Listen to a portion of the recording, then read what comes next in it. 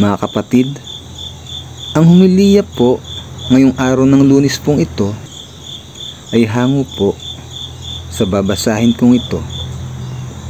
Lucas, Kapitulo 7, versikulo 1 hanggang 10. Pinagaling ang alipin ng kapitang Romano.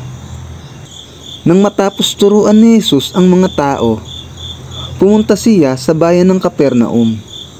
Doon ay may isang kapitang Romano na may aliping mahal sa kanya. May sakit ang aliping ito at nasa bingit ng kamatayan. Nang mabalitaan ng kapitan ang tungkol kay Jesus, nagsugo siya ng ilang mga pinuno ng mga Hudyo upang pakiusapan si Jesus na dalawin at pagalingin ang alipin. Paglapit ng mga sugo kay Jesus, taimtim silang nakiusap sa kanya. Siya po ay karapat-dapat na pagbigyan ninyo sapagkat mahal niya ang ating bansa. Sa katunayan nga po, ipinagpatayo niya tayo ng isang sinagoga. Sumama sa kanila si Jesus, ngunit nang malapit na siya sa bahay, ay nasa lubong niya ang mga kaibigan ng kapitan. Sila ay isinugo ng kapitan upang ipasabi kay Jesus ang ganito: "Ginoo, huwag na po kayong magpakapagod. Hindi po ako karapat-dapat na puntahan pa ninyo sa aking tahanan.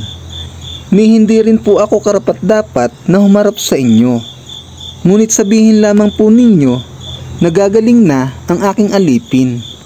Ako po ay nasa ilalim ng mga nakakataas sa akin at may nasasakupan naman akong mga kawal.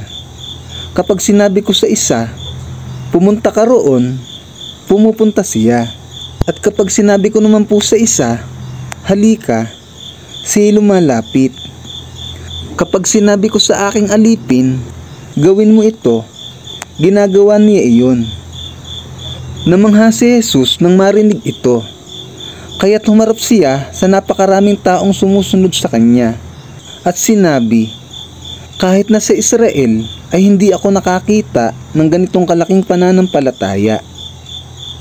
Pagbalik nila sa bahay, naratnan ng mga isinugo na magaling na nga ang alipin. Ang mabuting balita ng Panginoon.